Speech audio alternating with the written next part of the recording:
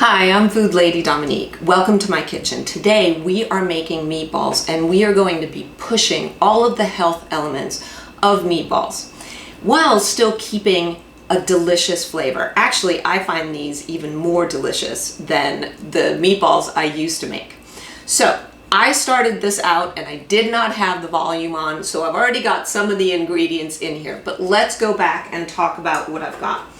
I start out with 2 pounds of meat and I am using bison. Bison has less of the bad fats and more of the good fats that you actually need. It's grass-fed. Anytime I find it, it's organic. So it's a much better red meat and it's much lower in fat to begin with. You can also do a ground turkey or ground chicken if you want to go that way. Keep the same amounts and the same stuff going in there. Then the other thing that I do, and you'll see here, this is the leftover in here, and you see it on the bottom there. I do flax eggs instead of regular eggs.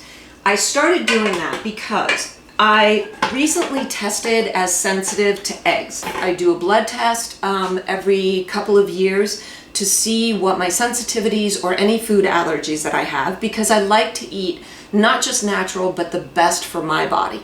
I also go to a naturopath who hooks me up to these machines that basically talk to my body and my body talks back to it to see what I should or should not eat. And eggs have been coming up a lot. And my sensitivity has risen and gotten to almost an allergy. So I've been keeping away from eggs. So I'm using a vegan egg substitute in meatballs, which people don't usually think about. The way that I do it is I actually take the flax seeds, grind them up in a coffee mill, and then mix them myself. Rather than taking the ground powder, flax powder already, and then mixing it. Because oils in flax, which are very high in omega-3 and omega-6s, are not very stable. They go rancid very quickly. As a matter of fact, if any of you are painters and use oil paint in your art and you use linseed oil, that kind of rancid oil smell, linseed oil is actually flaxseed oil that has gone rancid. And that happens very quickly.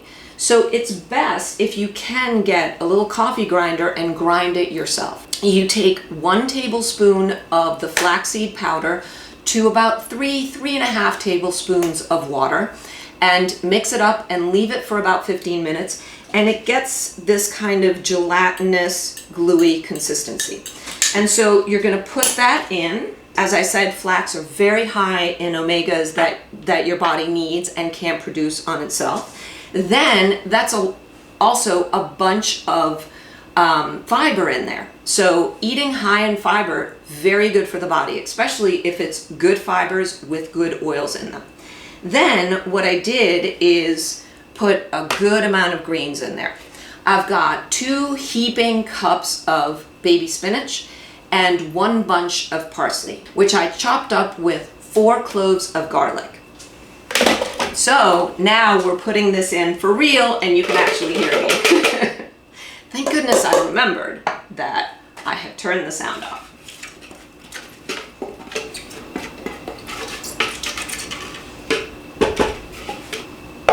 Now, we're gonna give this a spin and get that starting to mix before we put in our spices.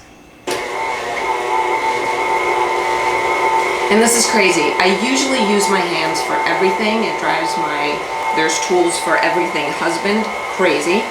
But yet, with this, I like to use the mixer. It makes it really easy and it goes really fast. Now you've got a consistency that's great, but it's not gonna hold together well. Here's what I do. I use wheat bran. This is actually wheat bran that comes from when I mill the Einkorn wheat to make my bread, and I sift out some of the wheat bran so that I can get an airier bread. All the great nutrition and fiber of the outside of the wheat kernel, but it is the ancient Einkorn wheat, which is not hybridized and which I can eat even though I'm gluten sensitive. Take a look at my bread video and my sourdough cake video. Both of them will give you much more information on einkorn wheat. I use wheat bran because, like I said, it's much more nutrition and less starch and a lot of fiber. If you don't mill your own wheat and do all of that, I know I'm a little intense, then you can just buy wheat bran. Okay, so we're gonna mix this up. Now we've got something that sticks together and it's gonna have body. We put in our spices. What I do is I do a tablespoon of oregano, a teaspoon of salt, and a teaspoon of allspice. So this is my Italian mix with, I don't know, it tastes a little bit like it goes towards the Swedish meatballs, and I love this flavor. And what's interesting is in Piemonte, Italy, for meatballs, for meatloaf, things like that, we will often put nutmeg in there. And the nutmeg made me think of allspice, and I tried allspice once and I love it, especially because these meatballs are gonna be made in a mushroom gravy.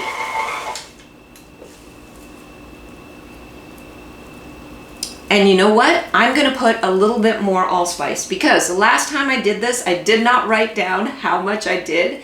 And it's really, I always go by taste or smell. Since I can't taste the raw meat, I'm going by smell, and I'm gonna add another 1/4 teaspoon.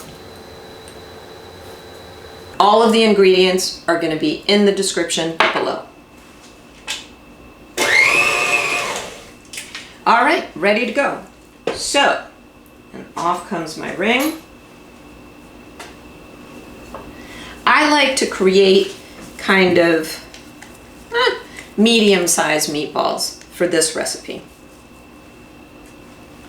There you go, just like that. So I'm gonna make all of the meatballs, and then we're gonna go over to the cooktop and I'm gonna cook them in this great mushroom gravy.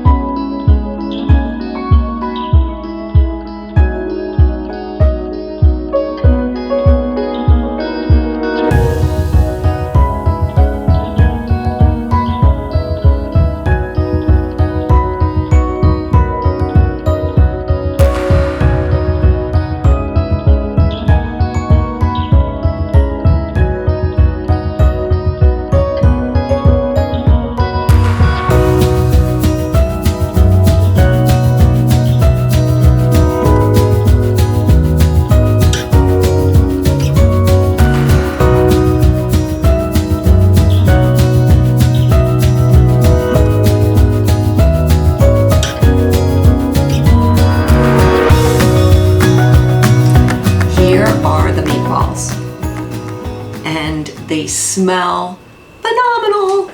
It's just very rich and umami, and the little bit of marsala that's in there is very fragrant. But remember, you can use red wine, no problem.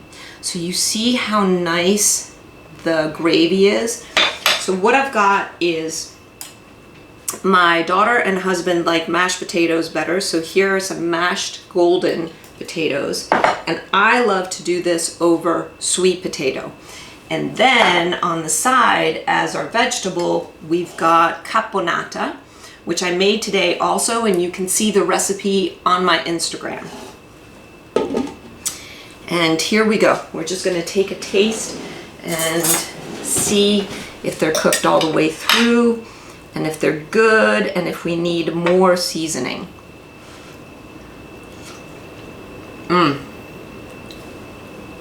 Perfect. Nice and fragrant with the allspice. Fantastic. So now it's time to eat. Buon appetito to you.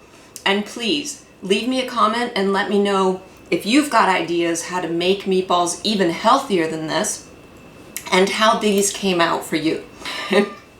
Our cat Tiny's hungry too. So let's go to eat. Comment down below, subscribe, and click the notification button and we'll see each other again soon. Buon appetito!